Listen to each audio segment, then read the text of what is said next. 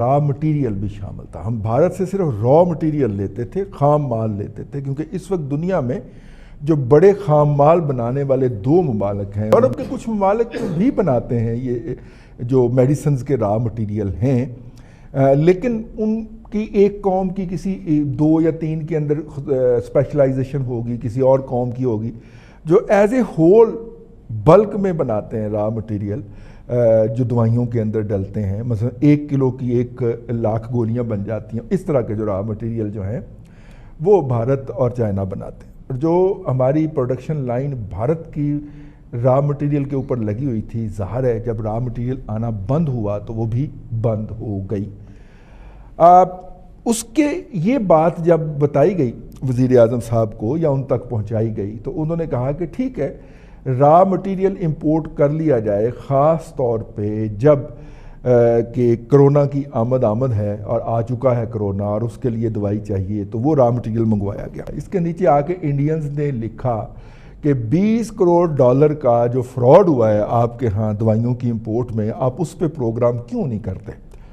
हमने ज़ाहिर है उनका कभी कोई जवाब नहीं दिया, वो गालियाँ भी देते हैं ना जी, हमने उसका कोई जवाब नहीं दिया और तसरीह के साथ लिखा गया कि आपका स्टेट बैंक गूंगा क्यों हो गया, इतने अरब डॉलर, इतने करोड़ डॉलर का फ्रॉड हुआ है और टैक्स एवेजन हुई है। अब खाम माल के ऊपर टैक्स नहीं था, लेकिन दवाइयों की दरामद के ऊपर बहरहाल टैक्स था।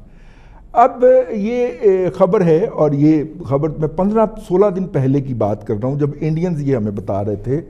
अब ये काबीना के इजलास से निकला है कि इंडिया से रॉ मटेरियल नहीं आया बल्कि ब्रांडेड मेडिसिन आई हैं, बनी हुई मेडिसिन आई हैं जिनके ऊपर 300 गुना 400 गुना % या 500% टैक्स इम्पोज था।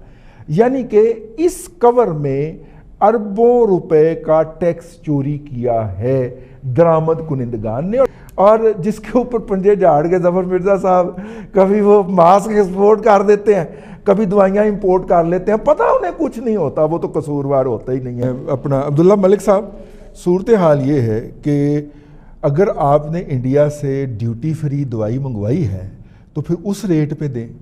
जब 500 गुना दवाइयों के रेट नहीं बढ़ाए थे कियानी साहब, आमिर कियानी साहब के बाबरकत कदम के बायस इस हुकूमत के आने से पहले, तो उस वक्त इंडिया में जो दवाई 20 पैसे की थी वो पाकिस्तान में 1 रुपए की थी। उस वक्त 1 और 5 का फ़र्क था।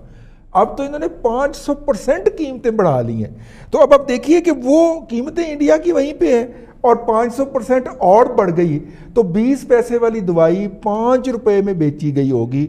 इसका आप अंदाज़ा इससे लगा लें कि कितना बड़ा प्रॉफिट कमाया गया होगा और है, और इसको बिल्कुल उन्होंने दबाना है। इंशाअल्लाह वज़ीर आज़म साहब ने जिस तरह बाकी बातें दबाई हैं इसको भी दबाएंगे, लेकिन कस्टमर का क्या कसूर है यार, ये तो मतलब बेचारा मरीज का क्या कसूर है यार। देखिए रईस साहब, आपने अपने इंटरव्यू में बड़ी तफसील के साथ, हमारे दोस्तों ने भी बड़ी तफसील के साथ बात की है। जब भी हम इंडिया के इशू में बात करते हैं तो ये इशू बड़ा सेंसिटिव हो जाता है। यकीनन जब 9 माह कबल इंडिया ने कश्मीर का खुसूसी स्टेटस ख़त्म किया था तो हमने हर किस्म की तजारत पर बड़ी कैटेगोरिकली वाज़ेह तौर पर पाबंदी लगा दी थी। मैं तो समझता हूँ कि ये क्वेश्चन आप प्राइम मिनिस्टर से कभी ना पूछ बैठिएगा कि आपने क्या पाबंदी लगाई थी कि नहीं। वो कहेंगे हमने तो नहीं लगाई, तो इंडिया ने लगा रखी, पता नहीं किसने लगाई। वहाँ पे तो देखिए मामला इस किस्म के हैं। मैं नहीं समझता कि अगर कोई रॉ मटीरियल पे भी पाबंदी उठाई गई है तो ये कोई इतने आसान तरीके से उठाई गई। ये तो बड़ा बाकायदा एक नोट होता है, पूरी समरी तैयार होती है और उस पर जो उसका सेक्रेटरी होता है वो, और जो एक सियासतदान तो गलती कर सकता है, लेकिन ब्यूरोक्रेट कभी भी अपनी फाइल पे ऐसी गलती नहीं करता जिससे कि उसकी अपनी जान चली जाए या उसकी नौकरी जाने का इस्तेमाल हो। इसका मकसद ये है कि कहीं ना कहीं कोई ऐसे लोग बैठे हुए हैं जो ताकतवर है, जो वज़ीर आज़म से भी ताकतवर है। ये वज़ीर आज़म पे ही जाता है, टीम लीडर पे जाता है। ये वो टीम लीडर जो कहा करता था कि अगर बिजली के बिल ये आए या एक पेट्रोल की कीमतें बढ़े तो समझो को उसका जो हुकूमत का वो करप्ट है। तो अगर ये हम आज के वज़ीर आज़म से पूछें कि आपके दौर में अगर कीमतें बढ़ रही हो, ऐसी कीमतें बढ़ रही हैं जो गरीब आम आदमी की पहुँच से बाहर हैं, तो फिर उसमें हम किसको दोष देंगे। वो वैसे हमारे वो मुखालिफ है, हम उनको टका के उनकी हम लत्ते भी लेते हैं, क्लास भी लेते हैं और उनसे हमने तजारत भी बंद कर दी। लेकिन पाकिस्तान में मैं आपको लाहौर के जितने बड़े स्टोर्स की चेन है वहाँ चलें मेरे साथ, तमाम इंडियन चीजें, उनकी मिठाइयाँ, उनके जो सर को लगाने वाले तेल है, से लेके उनकी सब चीजें, डाबर आमला तक सारा कुछ मिलता है जी। और लोग खरीदते हैं और डबल पैसों पे खरीदते हैं। उनके वहाँ पे शायद 90 रुपए, हमारे 180 के करीब चले गए हुए हैं। हाँ। डबल मारी प्राइस है। डाबर आमला वालों ने पाकिस्तान के अंदर अपना जो सेल्स एजेंट मुकर्रर किया है वो एक मीडिया हाउस के मालिक को किया है।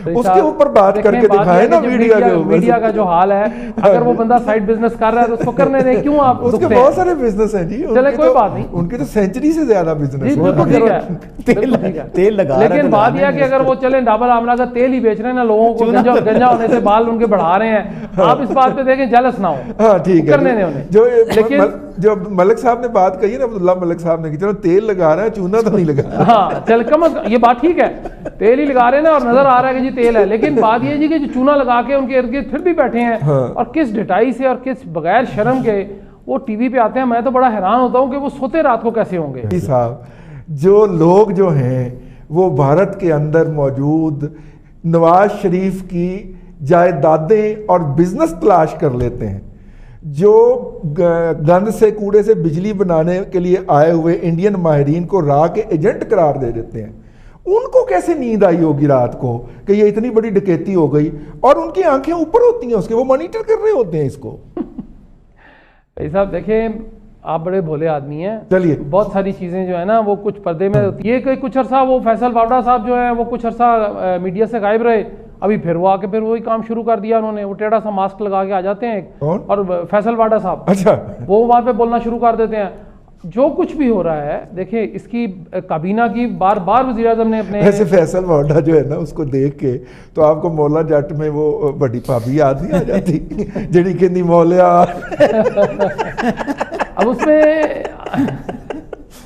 उसमें ये है कि देखें, वज़ीर आज़म ने बारहा ये बात कही है कि जी जो भी डिसीजन होता है, उन्होंने खुद अपने मुंह से ये बरमला कहा है कि जी मैं उसका जिम्मेदार हूं बराह रास्त। हाँ जी, कोई भी डिसीजन इस मुल्क में अगर होता है तो पार्लियामेंट निज़ाम में वज़ीर आज़म ही जिम्मेदार और वो कैबिनेट जो है वो बिल्कुल उनके माविन होते हैं। कैबिनेट का काम होता है कि जी वज़ीर आज़म को मशवरा देना, वज़ीर आज़म नहीं मानेगा बात खत्म हो जाएगी, वो मशवरा भी खत्म हो गया। सही। अब इस केस में जो भी हुआ है ये उसी तरह का केस बनने जा रहा है जी जिस तरह चीनी और आटे का था कि जी हमने तो वो सब्सिडी ली थी बाहर जाने के लिए, बाहर भेजने के लिए, तो बाहर गई नहीं। वो बाहर गई या नहीं गई वो बात का काम है जी, वो तो आप देखें ना, हम साबित कर देंगे कि जी बाहर गई है। अब बात जो आपने इंट्रो में की अदविया के हवाले से बड़ी सेंसिटिव, बड़ी अहम बात है कि आप कहाँ रॉ मटेरियल मंगवाते थे, कहाँ डायरेक्ट मेडिसिन आ गई और ये अदविया इतनी महंगी पड़ी। देखिए रिजवान, हमारे मुल्क में अदविया बहुत महंगी है बाकी मुल्कों की निस्बत, और इंडिया की निस्बत तो बहुत महंगी है अदविया यहाँ पे। कि पाकिस्तान में दो माफिया बड़े स्ट्रांग हैं, एक माफिया मेरा माफिया जो एजुकेशन के लोग हैं और दूसरा हेल्थ का माफिया। ये माफिया बहुत स्ट्रांग है, ये वजीर आजम को नहीं देखते। अब वजीर आजम को देखे भी क्या कि आपने माफिया के एक बंदे को अपना मुआवन बना लिया सेहत का, जबकि पार्लियामेंट में इतने जहांदीदा लोग हैं, किसी को वजीर को नहीं सामने लाए कि चाहे भी आप वजीर सेहत हैं।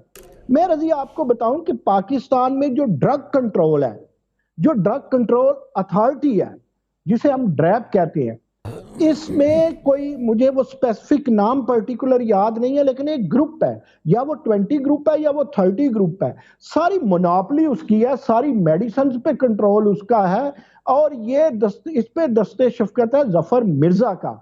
तो ये ना तो कोरोना को देख करके मेडिसिन आई है, ना वज़ीर आज़म ने कोई बड़ी मेहरबानी फरमाई है, जी जी, ना वज़ीर आज़म ने कोई बड़ी मेहरबानी फरमाई है। असल में ये कोई चक्कर है, और इस चक्कर में कोई मकर है जिसमें लोग अपना बिजनेस या अपना उल्लू सीधा कर रहे हैं। ये समझें कि वज़ीर आज़म की नाक तले कोई लोग अपनी गेम खेल रहे हैं, अपने लिए पैसा बना रहे हैं।